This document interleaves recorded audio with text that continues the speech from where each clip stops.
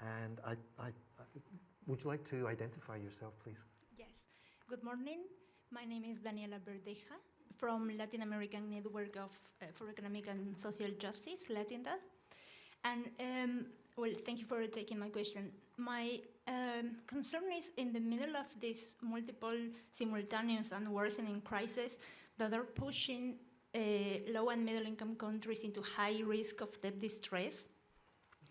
And given the fact that the debt service suspension initiative and the common framework have not solved yet the problems of low and middle income countries, and given that the composition of debt shows that there is an important share for private creditors, how will the IMF facilitate the participation on a binding basis approach for these creditors?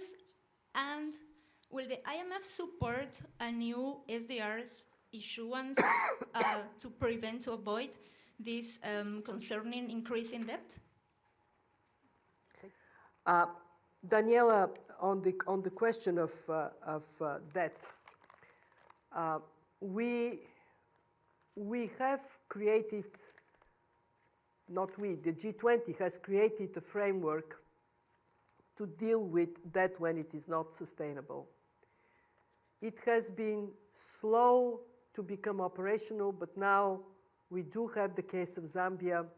We hope by the end of the year to complete it, to complete Chad, and then to have more countries coming for treatment.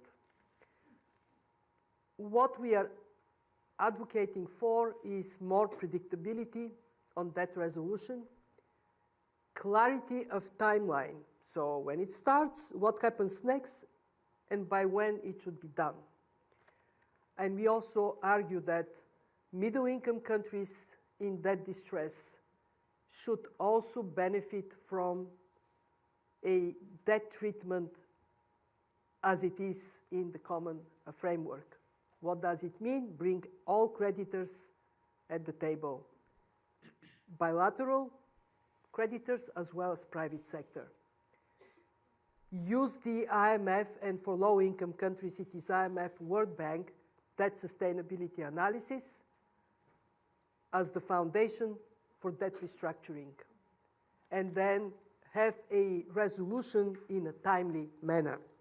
We are also working on a very important topic, which is how to include in contracts that are being signed today collective action clauses that, for example, for countries vulnerable to climate shocks, allow immediate suspension of debt service if a climate shock occurs. And I'm hopeful we would see a positive outcome of this work this year. On the SDRs, our determination today is to make SDRs provided to countries in strong reserve position work for the vulnerable countries. In terms of another SDR allocation, this this requires, it is mandated, that we do an assessment whether there is a gap in reserves globally, and for this gap to be filled. I just want to caution that we are in a different environment today than where we were in last year, 2021. What is the difference? Very high inflation.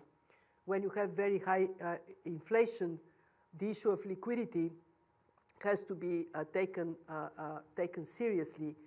And then how can we make sure that we actually provide it only to the countries that really need it? And that is not that's not a simple and easy question. Of course, we always look for ways in which we can serve the membership. So Daniela, I'm just giving you a sense of what is the process we have to go through.